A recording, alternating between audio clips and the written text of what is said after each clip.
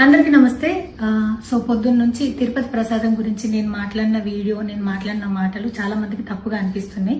So explanation ఇచ్చే ముందే ఆ మాటలకు ఎవరన్నా హట్ అయి ఉంటే డెఫినెట్ గా సారీ చెప్తున్నాను. అండ్ నన్ను రెగ్యులర్ గా ఫాలో అయ్యేటోళ్లకు నాకు వెంకటేశ్వర స్వామి ఎంత ఇష్టమో తెలుసు.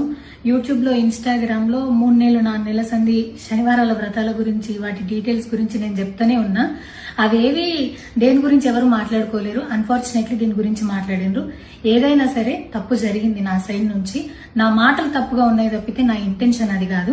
మేము రిచ్ అని అన్నది 10,000 L1 క్యూ లైన్ లో నిలబడ్డప్పుడు, పొద్దున ప్రసాదం తీసుకునేటప్పుడు కాస్ట్లీ లైన్ లో నిలబడ్డమని ఆ ఉద్దేశంతో అన్నాను. ఏం జరిగినా సరే ఇప్పుడు నేను ఏది ఇచ్చినా మీకు ఎక్స్ప్లెనేషన్ లాగానే అనిపిస్తుంది తప్పితే నేను తప్పు ఒప్పుకున్నట్టు మీకు అనిపించదు. అందుకోసం నేను దాని గురించి ఎక్స్ప్లెనేషన్ కూడా ఇస్తలేను. తప్పైతే నా సైడ్ నుంచి జరిగింది. అండ్ నా తమ్ముడు సోను తరపున నుంచి కూడా జరిగింది. తను అవైలబుల్లో లేడు. తన తరపున, నా తరపున అందరికీ సారీ చెప్తున్నా.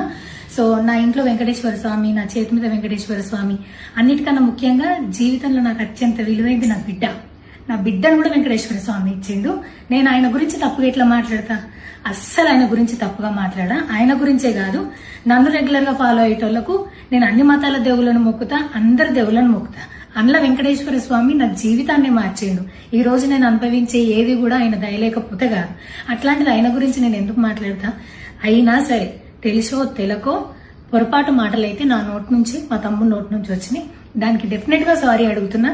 ఇదేదో యూట్యూబ్ ఛానల్ ఏమంటారు వీడియోస్ పెట్టి కేసులు పెడతా అన్నందుకు కాదు, నాకు కూడా అనిపించింది అయ్యో అట్లా మాట్లాడి ఉండకూడదని, అందుకోసం పెడుతున్నాను తప్పితే ఇంకొక ఉద్దేశం అయితే ఏమీ లేదు. నేను మళ్ళొకసారి టీటీడీ మెంబర్స్ కి అండ్ నా మాటల వల్ల హట్ అయిన ప్రతి ఒక్కరికి నేను నా తరపు నుంచి సారీ చెప్తున్నా. అండ్ ఇంకోసారి మళ్ళీ ఎప్పుడు రిపీట్ చేయను.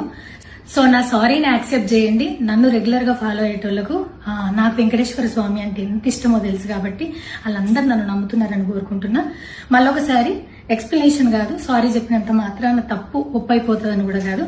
బట్ నేను చేయగలిగింది ఇది ఒక్కటే కాబట్టి మళ్ళొకసారి అందరికీ సారీ. అండ్ డెఫినెట్ గా ఐ ప్రామిస్ ఇంకోసారి ఇది రిపీట్ అవ్వదు. Thank you.